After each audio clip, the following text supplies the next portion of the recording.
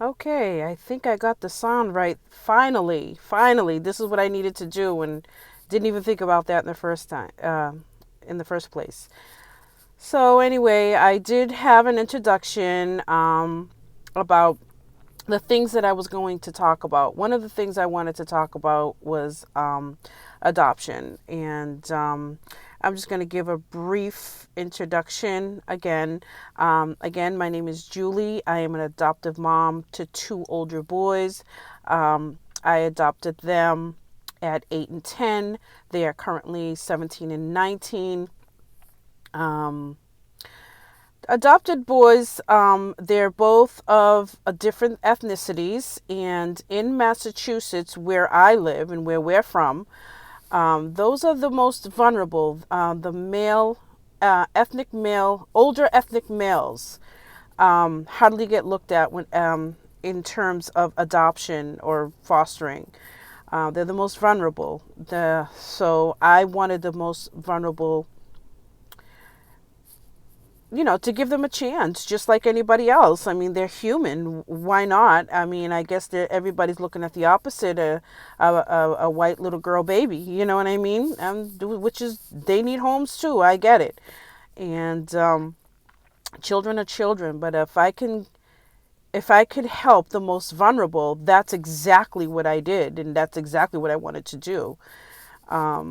Because you know girls find their way in life. They get married, they have children, they find their way. They're domestic, mostly, for the most part, and boys sometimes age out.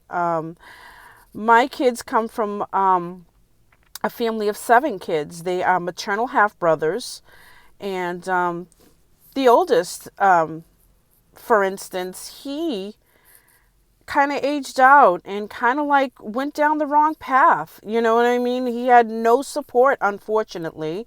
He almost graduated high school. He made it to like April of the year he's supposed to graduate high school, and then it just didn't work out. It saddens me. It really does. And at that point, I think he was the only one who wasn't free and clear for adoption. So, plus he would have been too old at that point. He's the oldest. He is now 26, 27 years old, and he would have been 16 or 17 at the time that I would probably look into adopting him anyways. But I was glad to at least have 2 out of the 7, at least to, try and help them, it's been not an easy ride, but a ride that I would do all over again 10 times over.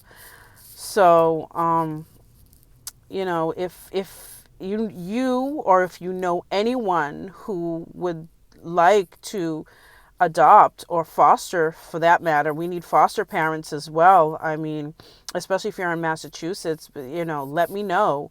I'd be more than happy to get you to the right people, because it's just a beautiful thing. Just knowing that one child is not going to grow up in the system. The system is not easy. I am not going to lie. The system is not easy. And there's not enough foster parents to go around. There's not enough social workers to go around. So it gets kind of hard for these kids. It's heart wrenching.